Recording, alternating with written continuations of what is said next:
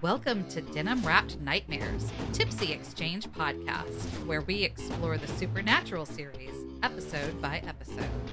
Over drinks, we'll discuss the lore, the gore, and what we adore about the Winchesters and their adventures. I'm Berly, and I'm a new fan of the series. I'm LA, and I'm here along for the ride. Now let's get tipsy. Hello, LA. Hey, Berly. It's our mid-season premiere. We have a new review. Oh. Well, it's actually an old review, but it was on Audible. So if you guys don't have Apple Podcasts or Castbox or Podchaser or Podcast Addict, and you want to leave us a review, you can do so on Audible. I didn't know that until recently, so I hadn't seen this. So it's actually 2 years old. Oh. But it's new to me. It just says Amazon customer. They titled it Tipsy Laughs in Every Episode. If you can listen to this podcast and not laugh several times, you are in worse shape than Dean on the rack in The Bad Place. Ooh. Grab your besties and a bottomless pitcher of margs to enjoy the ladies' recap of each episode. While not explicit, though the boys could wear less clothes and the trickster has a nice tushy, this convo is for grown-ups. So 18 and over only, please. Nice. Thank you to whomever you are. Yes. We also have some comments on Spotify and some other platforms. Samantha, I don't remember which episode this was that she commented on. I only screen grabbed it. And honestly, I'm pretty sure it could be more than one episode because I'm pretty sure this has come up more than once on our show. But she said, "Oh my gosh, the multiplicity reference had me in stitches." Yeah. I have a feeling it's you going, "My peppy." My peppy, Steve. My peppy. My peppy. Jackie 4 said, "You're killing me in this episode. I knew you'd enjoy the season of Dick, but OMG, Berly, I am dying." That was in our, I do remember this one. It was in our season premiere where I was talking about Dick's death, his iconic Dick exploding death. And then on a recent episode, the Mayan one, we have from Stranger Natural. They said, "Good to know y'all found this episode as confusing as I did. I've seen it at least 3 times and I still don't fully get it. Kind of felt like some stuff had to have been cut that shouldn't have been, probably to shorten it." I feel seen. We I have, feel seen and heard. Heard, I guess. Not really seen. I was about to say, we haven't done videos. I feel heard. We don't do videos. We're heard. We got a Tumblr post from Jinkies. Would you look at this? I like that. They listened to our interview with Benson Masayev. They said, "Okay, I love this entire podcast. Berly and LA are great and funny, and I really enjoy listening to them experience the show for the first time. But I had to share this because I fully agree with Berly's opinion of Avatar. No shade to anyone who really enjoys it. Follow your bliss. But I was unimpressed and just felt like it was just another retelling of Dances with Wolves or Ferngully. And it just didn't really add anything that those versions of what really is the exact same story hadn't already covered." That was an amazing interview. I think it's hilarious that my Avatar rant is what you came away with commenting on. Oh, it goes on. "Also, I love all the interviews y'all have done. Oh, and I'm super jealous, although I suck at thinking of questions to ask anyone. But how do you get in touch with people to set those up? Anywho, love y'all." Well, I'm going to go ahead and plug our Patreon here. We do bonus episodes for our Patreon members where you can submit questions and we will answer them. I was going to say happily answer them, but it depends on the question. True. You know? Or to whoever we're interviewing, since that's what they were questioning, right?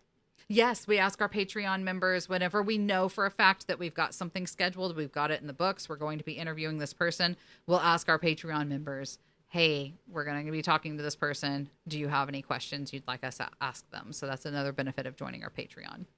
Next, we have a Reddit post that I stumbled upon. It's from like 6 months ago, but I'm going to read it to you anyway. This is from Consistent Track 7576. In response to someone asking for podcast recommendations, somebody else had said just Denim-wrapped Nightmares. They just said the name. This person said, I second the person who said Denim-wrapped Nightmares. They're super fun, and their commentary is gold. They're very fair across the board to all the characters. Oh. And it very much feels like talking about the show with a friend during like a wine night. 10 out of 10 recommend. Ooh. So thank you Thank for you. that. Thank you guys for your comments. We appreciate your feedback. On the last episode, it was titled Citizen Thing. Sam asked a hunter named Martin to... Oh, like Citizen Kane. Yeah. Oh. He asked him to keep an eye on Benny, track him, keep tabs on him, not kill him. But he did this without telling Dean. However, when Martin tells Sam that there was a vampire kill and he thinks it was Benny who was responsible, Dean defends his friend. Tried and true. True blue friend. Well, until today. Well, when Martin decides to take things into his own hands, things get messy and Dean was forced to make a very hard decision. Hard. Well, today's episode is called Torn and Frayed. It's the 10th episode of season 8 and originally aired on January 16th, 2013. We open up in a warehouse. It's an abandoned warehouse, just FYI. Always. One of many across the country, apparently. And we see poor little baby Samandriel, our poor little Alfie, is being tortured. Well, not at the moment. At the moment, he's by himself. And he, like, pushes. It looked like a screwdriver. And he pushes this spike out of his head. I thought it was like a flathead. That's what it looked like to I me. mean, yeah, that is what it looked like. So it pops out, and then we hear, like, this, because he's turned on his angel radio, and he's like, Naomi, I'm captured. Crowley has me. Please send help. And then we hear somebody come in. And it's like this dude in a little bow tie and a jacket, and he's got the lab coat on. He comes in and is like, oh, my little Samandriel. I didn't know he had a name. I just kept in my notes calling him Doc. I didn't know he had Vigo. No, Vigo. Crowley did call him Vigo. Now, here's the thing with Vigo, right? Whenever he first comes in and he's doing all this stuff, I was like, oh, I guess they couldn't afford Mark Sheppard for this episode. But then Mark Sheppard comes in later in the episode, and I was just like, what's the point of this Vigo guy then? Why could it not have been Crowley this entire time? And then at the end, spoiler, whenever the guys show up and they raid it to save Alfie and all of that, and they have Vigo, and he's like, wait, I could tell y'all stuff. I was just like, oh, okay, it's going to serve as like a plot device for future episodes. That's why this character's here. But they kill him. Yeah. So what was the point of Vigo? What was the point of this character? I guess he's just doing Crowley's dirty work. But what's the, like, as far as the story goes, what was the point of this character? Like, explain to me. We take this character out, and Crowley does everything that Vigo does in this episode, right? Mm-hmm. It literally doesn't change the episode at all. Right. Was Maybe he like, he's a friend of a friend. he had to have been. Yeah. I feel like he had to have been a buddy or something, because otherwise I don't understand why this demon was there. He was cute with his little bow tie. We have little Dr. Bill Nye, the science guy, coming in and torturing angels. And I liked his hair. Like, so I'm not knocking him. I'm just saying, what was the point of him? Yeah. I'll give you Anyway. that. Moving on. Oh, Vigo jams the spike back in Alfie's head. Mm-hmm. I forgot that part. We see Sam in a motel room, stressing. And so LA and I immediately were like, okay, where's Amelia? She's not there. So what happened the night before? Like, did he just run out? We find out later that no, apparently she showed up at the bar and was like, I just needed to know it was you. And she ran out. So weird. But anyway, Sam's by himself. And then we hear a knock at the door and he's like, oh my God. And he's all anticipatory about who's at the door. And he goes and opens it and it's Dean. And it was so funny the way he opened the door. It was like, My love. and then Dean was like, who were you expecting? Oh, he knows. What the hell? And how would she have known where he was? Did he text her? Was he like, oh, you came into a bar and said you wanted to make sure it was me, and you turned around and ran away, and I thought that was real hot. Come meet me at room 118 at such and such motel. I'll give you something to run on. That made no sense. It didn't, but I liked it. They hash out more about Benny and that what Dean did was shitty. And I gotta say, after Sam elaborated a little bit, okay, it was shitty. Like, whenever Sam straight up said, I was terrified that what happened to Jessica was happening to Amelia, that she, like, her life was in danger. Like, I was like, oh, I did not even think about that. Yeah. That every romantic partner he's had so far has essentially ended up dead.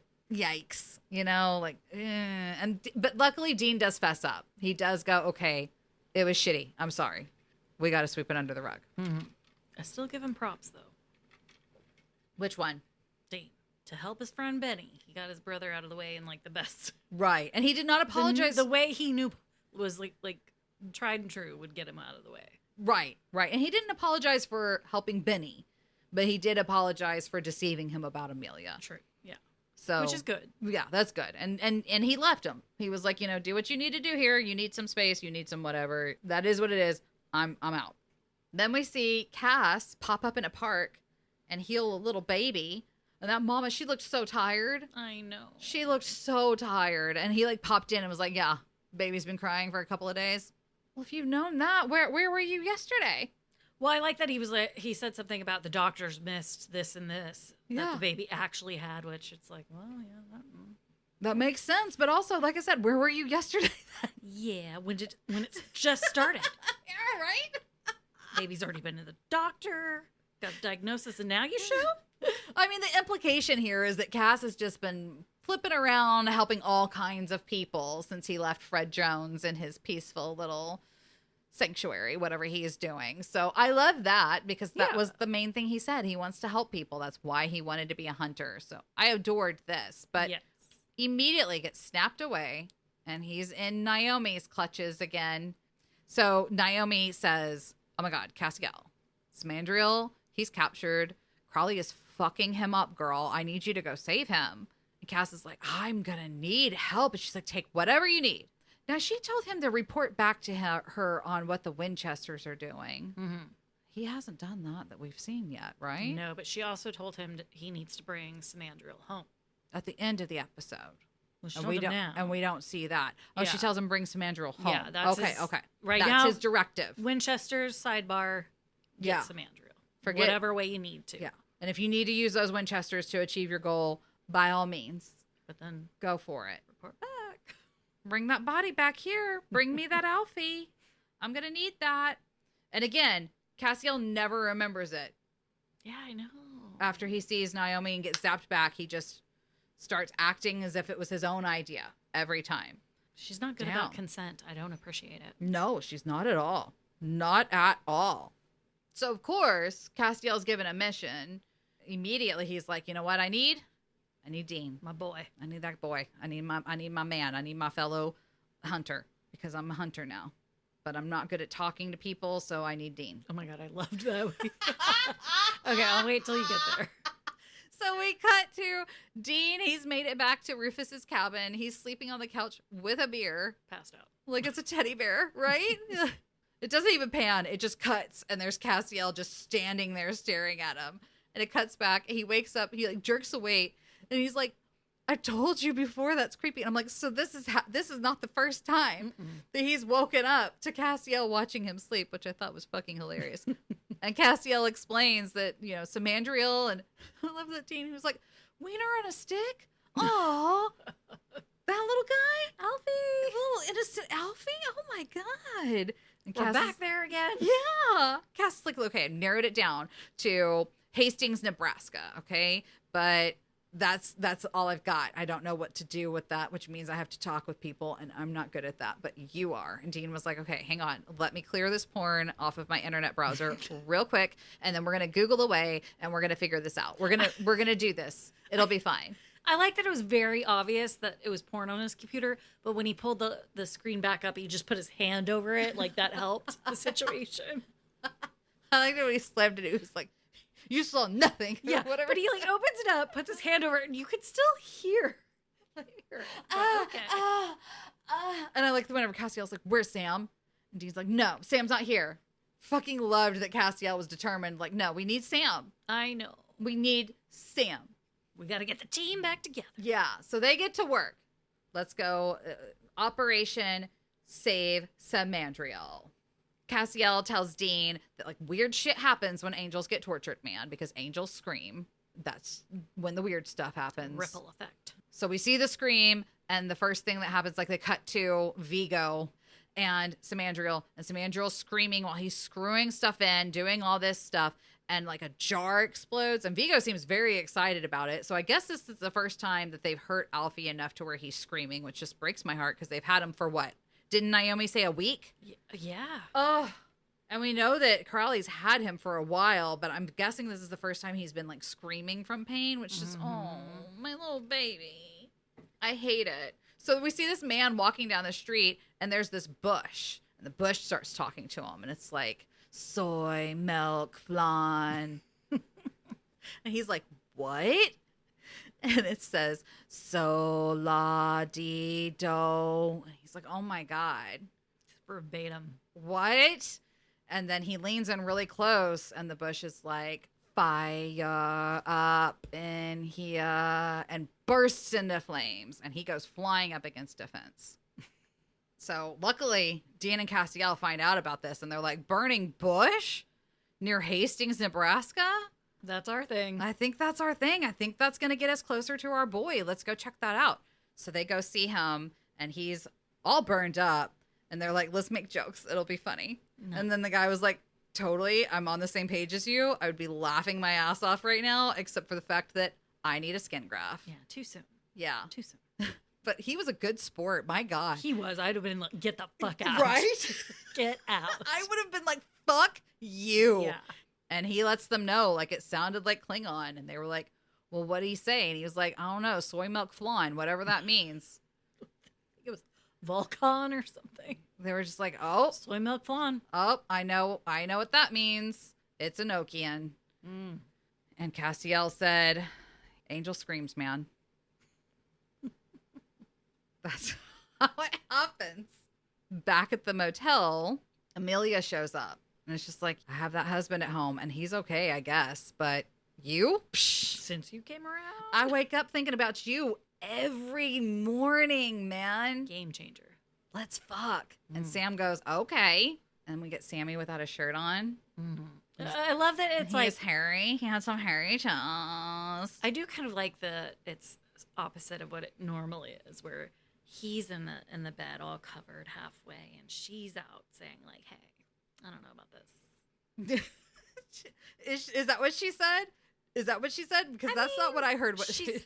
She's not sure about anything. What I heard her say was like, I don't love my husband. He's all right though, so I'll stick with him unless you meet me here in a day. Yeah. If you're gonna be like open to running away, like let's go. But you can't just keep popping up like this. You can't keep having one fist in me, one fist out. Oh, I need to be double fisted. Whoa, whew. Amelia, I didn't know you had it in you. I did, or was able to.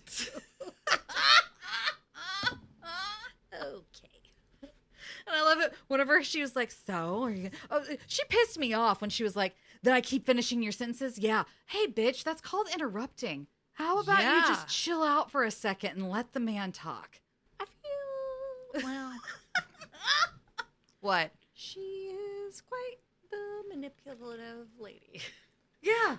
Well, it's like you're sitting there playing house with Dawn, telling him, like, acting happy as can be, but then you sneak off to Sam, who's been gone, doing somewhat well. And I think she even says, you can't have 1 foot in and 1 foot out to Sam. And it's like, bitch! She said fist.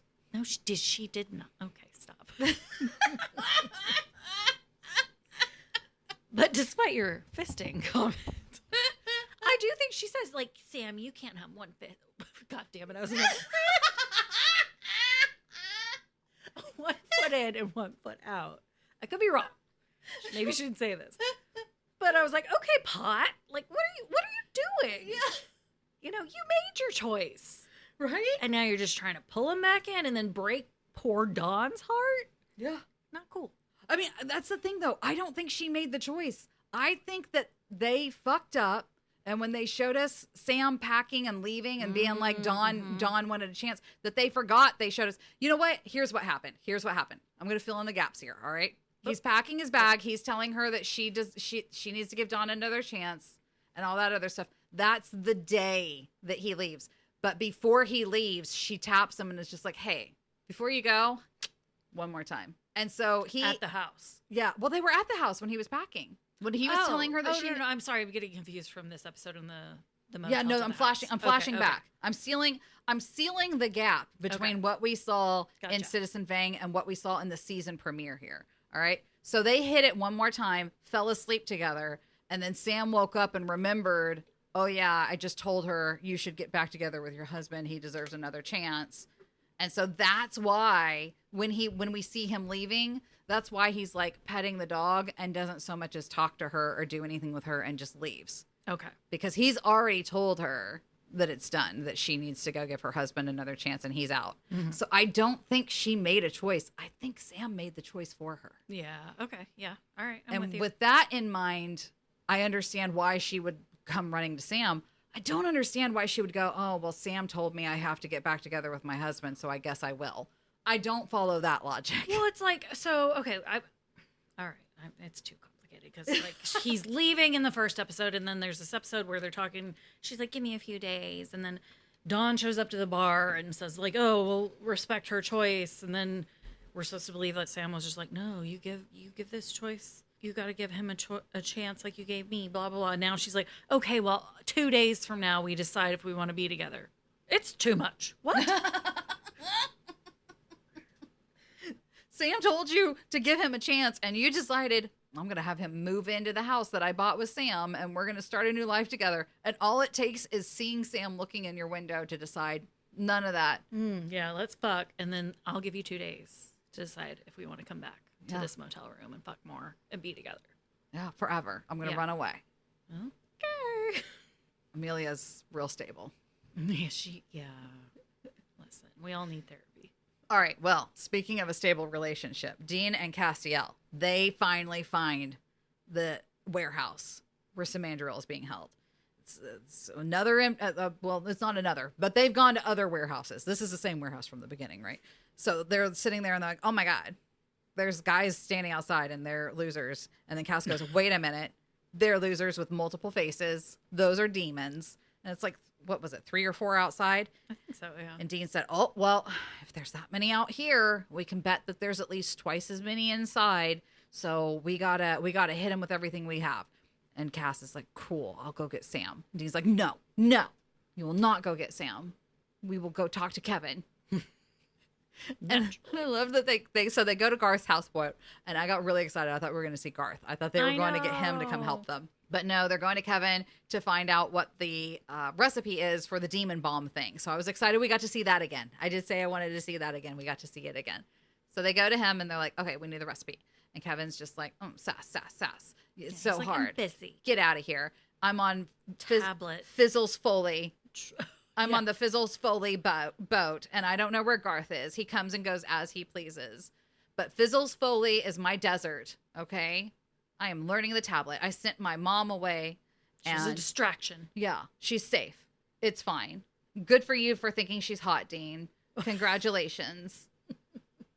But I am busy. And Cass was just like, oh my God, just write everything down. Yeah, give us the ingredients. That's all we're asking for. I'm an angel of the Lord. I will go get those ingredients. Just write them down. Give them to me. And so he goes and gets all the ingredients, and then he gets his own ingredient. Who is it? Oh, what is it? He just like pops up on the little park bench next to Sam, who's sitting there thinking about, am I a home wrecker? Am I going to be a little home wrecker? And Cass pops in next to him and is like, hey. No, you're not. I have a warehouse that I need you to come wreck instead. So come with me. And Sam goes, okay. So they all go to Fizzles Foley.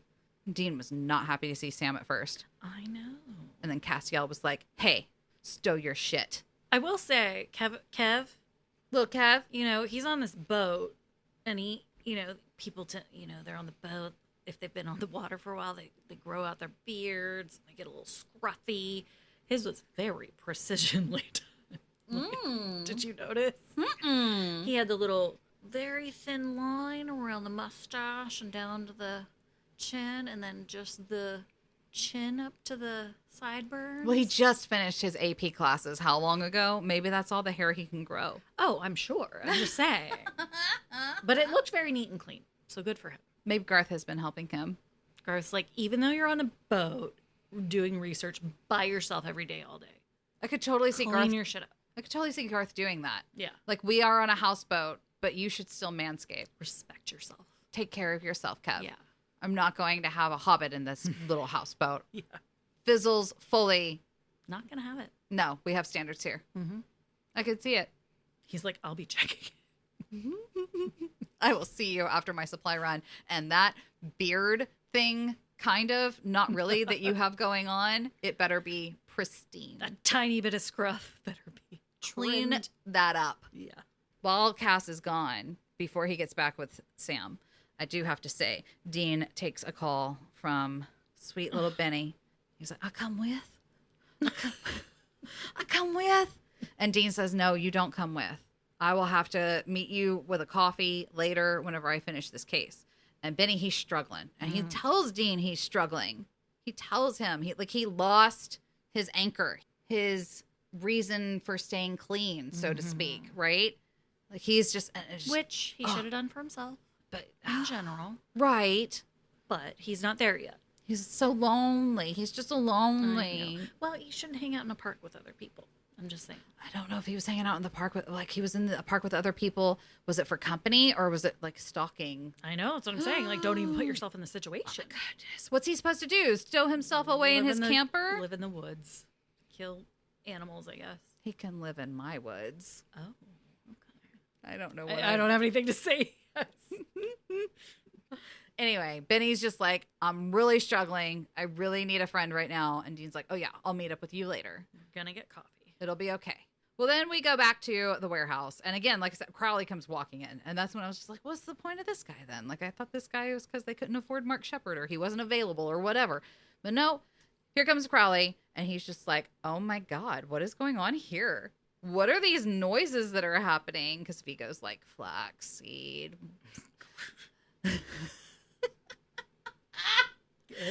He's like, flaxseed, almond joy. And Crowley's like, oh my God, you hit his factory settings.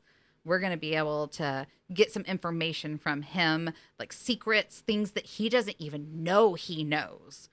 So after Dean and Sam stow their shit, Sam, Dean, and Castiel all go to the factory and it's nighttime. And Cass is just like, oh my gosh, there are sigils and I can't get in there because of them.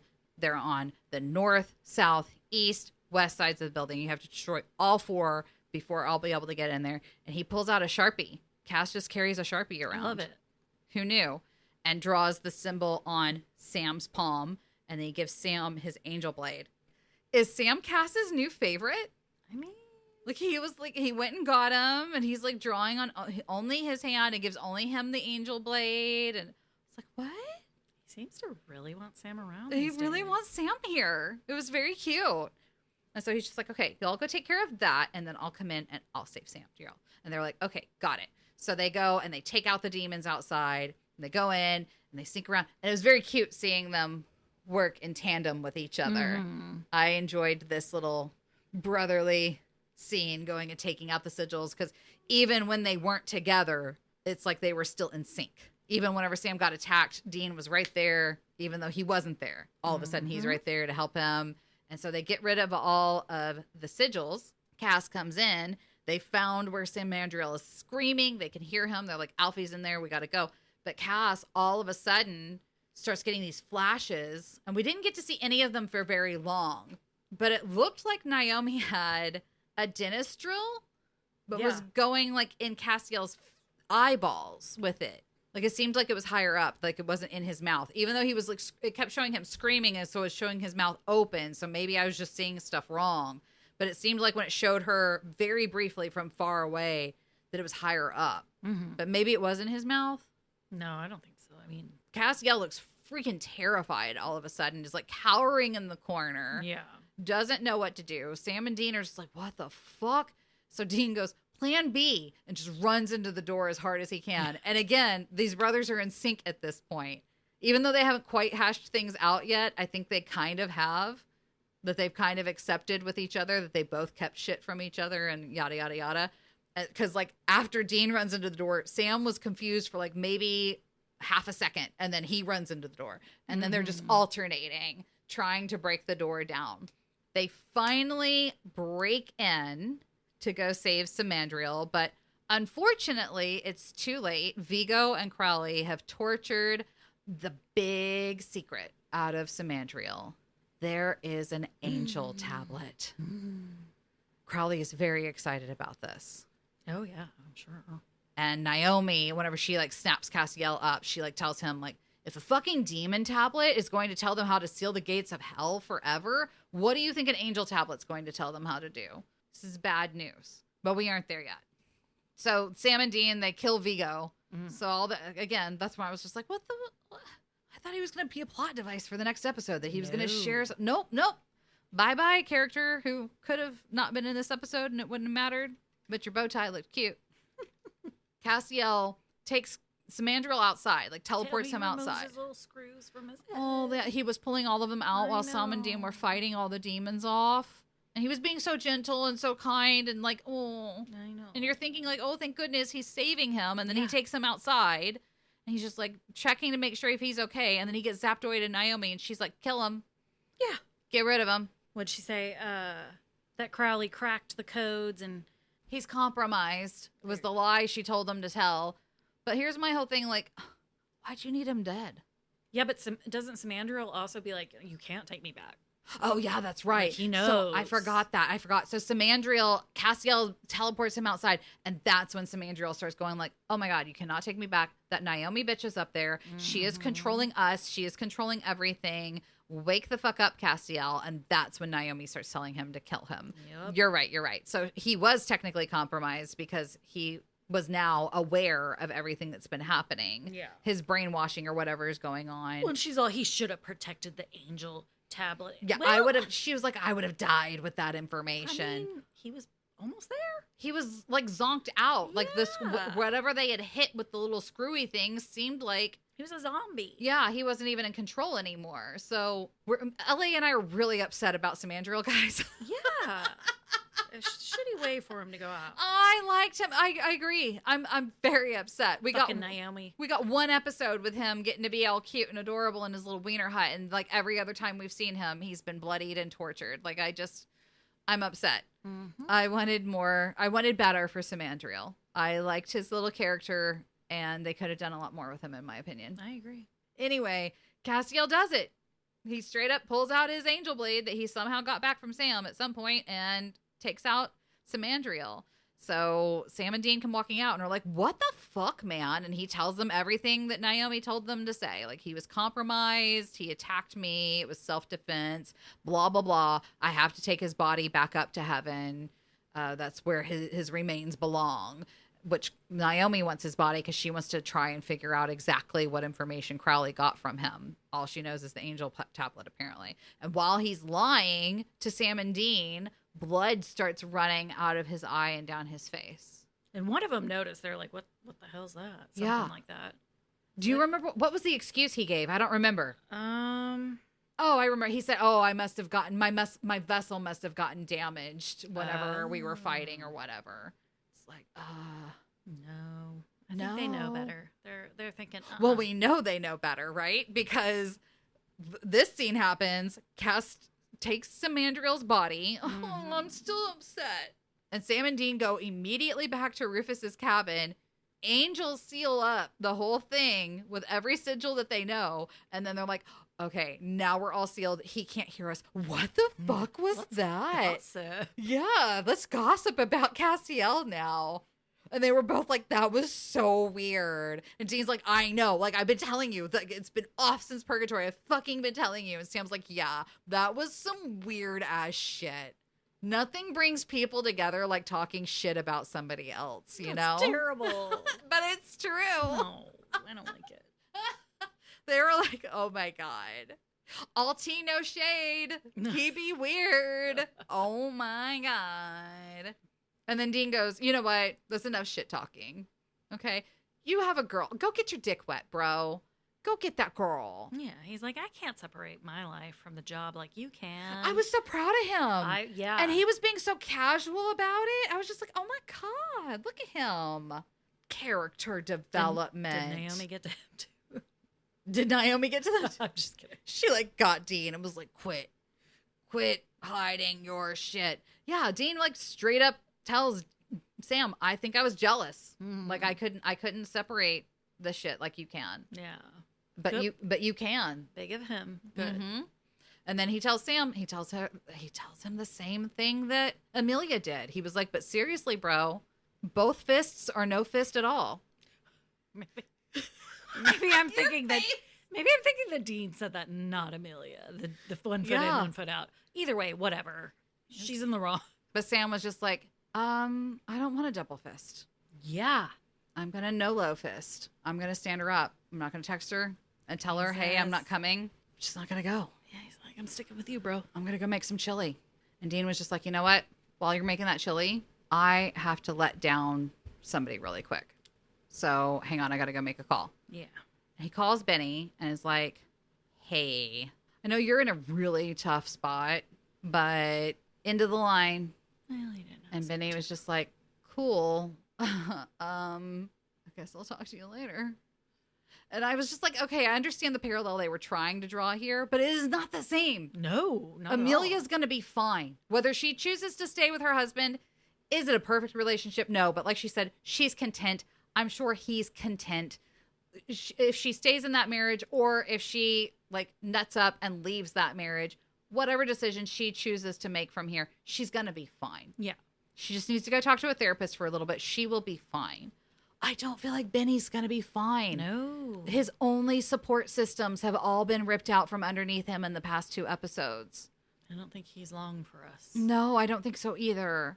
I'm really worried that they're going to have to hunt down Benny in the next like episode or 2, that he's going to end up breaking and like killing people and that hunters are going to go after him or something. Like I don't think Benny is long for us anymore. Yeah. And that sucks. I'm really upset. I'm not happy right now. We've lost some Mandriel, and there's foreshadowing that we're going to lose Benny. I'm just like... All right, season 8. You could have at least made the bow-tied guy mean something. Jesus. Just saying. Anyway, the episode ends with Amelia showing up at the hotel room because, of course, she was willing to leave her husband. And Sam's not there and brings chili and a beer to Dean, and they just sit down and watch TV. They're watching some boxing match or something. Back to business as usual. Codependency, bruh. Oh, yeah. This episode was written by Jenny Klein and directed by Robert Singer. Robert Singer, I'm not noting of any amazing like shots or anything visually jumping out at me. Are you? No, not that I can think Not that I'm of. recollecting. It was a good episode. Yeah. And like it's setting us up, right? Like now we've got the demon tablet. Here's my whole thing. Are they going to close the gates of hell or are we jumping from the demon tablet to the angel tablet now? Like what the... Dueling tablets. They're going to fight? Those Yeah. tablets are going to fight? Oh, that's going to be good. It's going to be hard. Which one do we close? Which one do we keep open? I don't I don't know. They're going to shut it all down.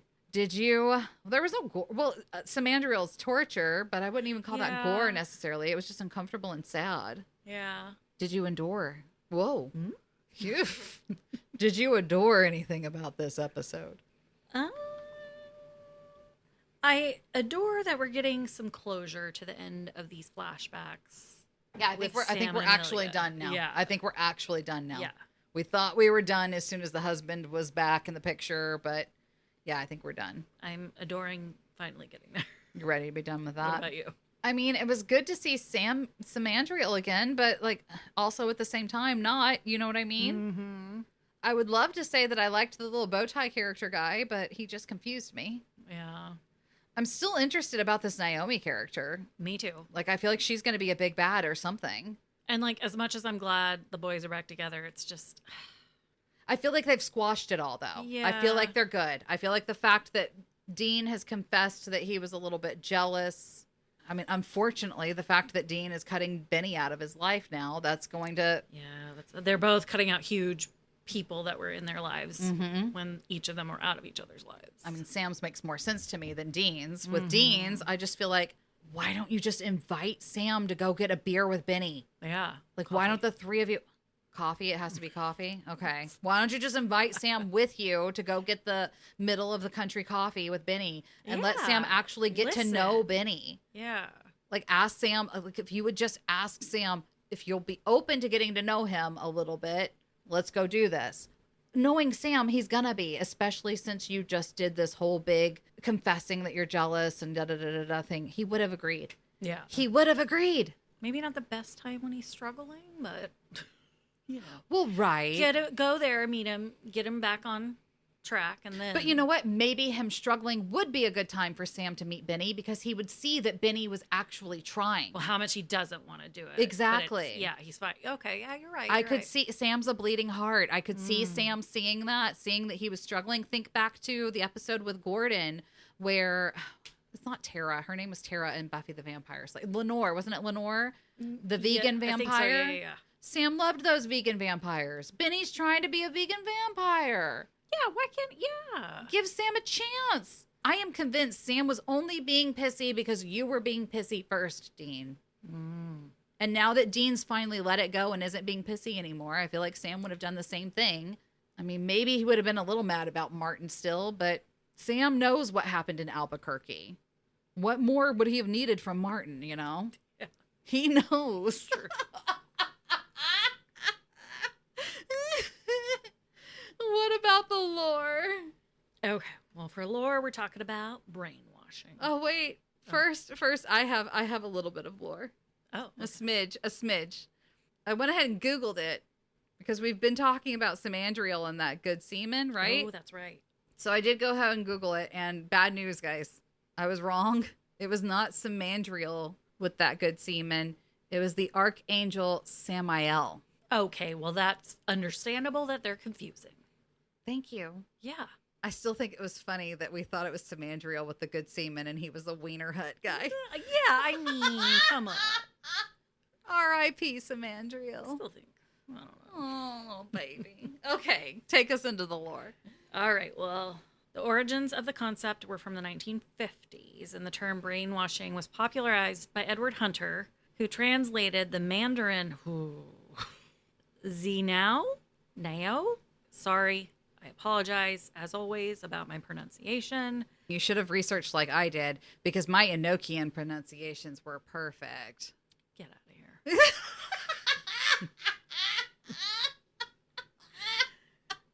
So, Zinao now is wash brain to describe alleged Chinese communist techniques.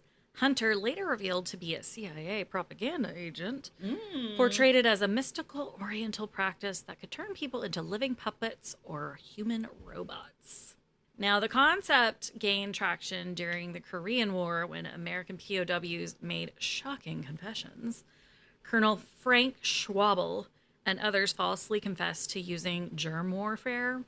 5,000 of the 7,200 POWs either petitioned to end the war or signed confessions. 21 American soldiers refused repatriation. This sparked widespread American fears about communist mind control techniques. The communist fear back Man. it was real. What researchers actually found when psychiatrists like Robert J. Lifton studied returning POWs, they discovered the soldiers had actually been tortured through forced standing, food and sleep deprivation, solitary confinement, repeated exposure to propaganda.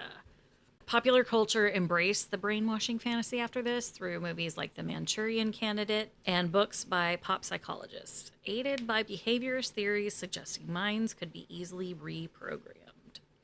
Now, of course, the U.S. military concluded the soldiers were weak rather than brainwashed, leading to the creation of the SERE program, SERE? Sure. SERE program, using torture techniques and training. CIA's Project MK Ultra, which went on from 1953 to 1960s, illegal experiments with LSD, sensory deprivation, and electric shock on unwitting subjects. Eventually, these same techniques were used in interrogations at Abu Ghraib. Ghraib? Graib? Ghraib? I don't know. And Guantanamo Bay. There you go. Guantanamo Bay. I could not say it. As scholar Timothy Melly notes, brainwashing began as CIA propaganda fiction, became so convincing that the CIA believed it themselves, leading to real programs that ultimately became the basis for actual torture techniques. The term persists today, particularly in discussions of ISIS radicalization, terrorist recruitment of young people, though mostly used more casually or facetiously. So basically, when we get down to it, the concept serves to explain behaviors we find otherwise incomprehensible. Why would anybody become a communist? What appeared to be mysterious mind control was actually brutal, straightforward torture and coercion. The brainwashing myth became so powerful it influenced real policy and led to actual human rights violations. Oh, damn. And while Hollywood-style hypnotic brainwashing remains fictional, scholars warn that terms like brainwashing and radicalization can be lazy explanations that avoid deeper inquiry into individual circumstances and motivations. True, perfect brainwashing remains in the realm of science fiction, but the fear of it has had very real and often harmful consequences in American policy and practice. This was actually just like a summary of like all the topics and bullet points of a very long summary that it was very interesting. And I would have read it all, but it would have been so long. Yeah, the link is in the show notes. It was from the Smithsonian Magazine. And yeah, it was fucking long, y'all. Oh my God. So we had to bullet point it out. But those are the main points from the article. If you're interested in reading more about it, though, check that link in the show notes. All right, a quote to close it out. It's from Dean Winchester whenever Castiel first popped up to ask him for some help. Dean said, "So who snatched heaven's most adorable angel?" Stop it. Aw, cheers. Cheers. Thank you for listening to Denim-wrapped Nightmares. Follow us on Twitter or Instagram, leave a review, and let us know how we can get involved in the fandom. This was fun, jerk. It always is, bitch.